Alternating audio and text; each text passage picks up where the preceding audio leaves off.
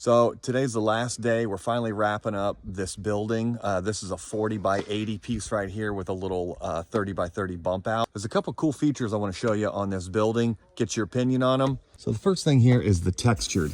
We went with a textured color or a textured tone on this sage green. And then as well, this client chose to go with a 26 gauge, so it's a little bit hardier. Now we also added these little eyebrows.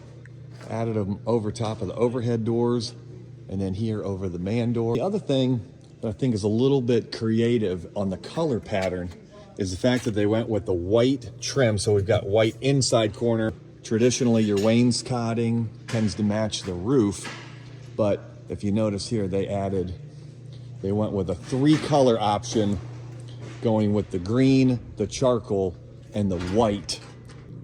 You notice this really massive porch.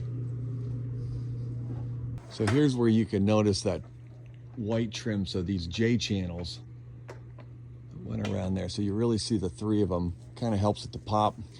Another thing that's really cool in these taller buildings is adding these big transom windows up tall. This is a 16-foot tall wall.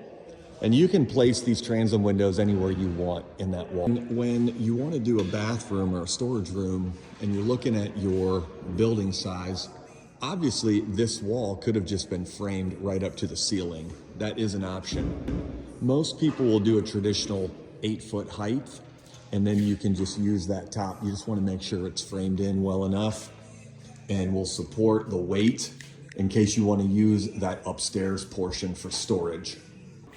The other thing you want to think through as you're putting your building together is where you need a floor drain. There's many different types of floor drains. This is a nice trench drain. Your electrician should be thinking through specifically where those boxes line up when it comes according to the ribs.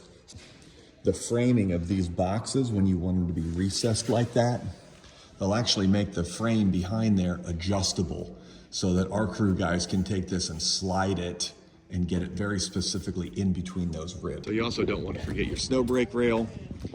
Clearly you want to put some up there above the door, but mostly that snow break railing is going to get installed to help preserve your gutters.